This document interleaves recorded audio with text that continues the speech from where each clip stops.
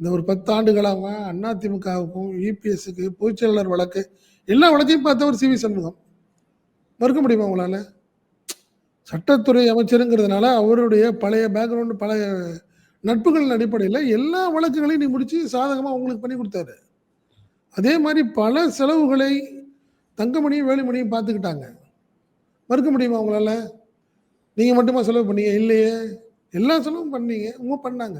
So, அதனால நீங்க நீங்க மட்டுமே இது என் கட்சி, என் கட்சின்லாம் சொல்ல முடியாது. கிளைம் பண்ணவும் முடியாது. அதனால நீங்க பொதுச் செயலாளர். இப்ப இருக்கும்போது எல்லாத்தையும் அனுசரிச்சு தான் போணும். காலத்தில் புதிய பொதுச் செயலாளர் வருவார். அதை எடப்பாடி பழனிசாமி சகித்துக் கொண்டு ஏற்றுக்கொள்ள தான் வேண்டுமே ஒழிய, சாகுற வரைக்கும் நீங்க தான் பொதுச் செயலாளர்ன்னு சொல்லி எழுதி குடுத்துருக்காங்களா என்ன? இல்லைங்கிறேன் நான். நீங்க அந்த மாரி வாய்ப்பு கிடையாது. நீங்க தவறு மேல தவறு பண்ணீங்கன்னா, எப்படி கட்சி உங்கள வச்சுக்கும் வைக்கும்? சொல்லுங்க, பொதுவா கேட்கிறேன். எப்படி வச்சுக்கும்? ஏங்க நீங்க திமுகவ கம்பேர் பண்ணி பாருங்க. நடவடிக்கைய பாருங்க. இன்னைக்கு ஒண்ணும் கிடையாது. நீங்க சாதாரண விஷயம். திருப்பூர் மத்திய மாவட்ட செயலாளர் செல்வராஜ் திடீர்னு ஒரு வருத்தத்தில ஒரு கடிதம் போடுறாரு. இமிடியேட்டா தலைவர் என்ன சொல்றாரு, கூப்பிட்டு செந்தில் பாலாஜிய கூப்பிட்டு நேரா போய் பார்த்து சமாதானப்படுத்திட்டு வாங்கன்னு சொல்லி சமாதானப்படுத்தி இன்னைக்கு நேற்று திருப்பி கட்சியில அறிவாலயத்துக்கு இருக்காரு. போயிட்டார். அறிவாலயத்துக்கு போறாரு. நீங்க அதுதான் ஐக்கியம் தலைமைக்கு எவ்வளோ கருத்து வேறுபாடுலாம் இருக்கும். நீ என்ன நீ போறதுனால என்ன ஆச்சு? எனக்கு தெரிஞ்சு இவருக்கு செல்வராஜுக்கு குறைச்சு வச்சாலும் 65, 70 வயசு இருக்கும்.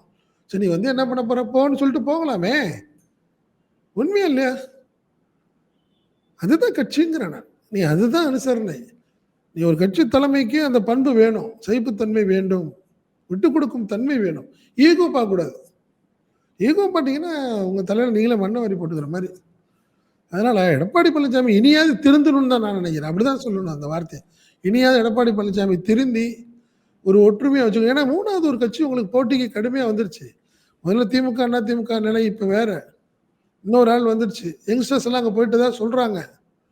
உங்களுக்கும் தெரியும். நீங்க கட்சிய எப்படி கட்டுக்கோப்பா கொண்டு போணும் இனிமே.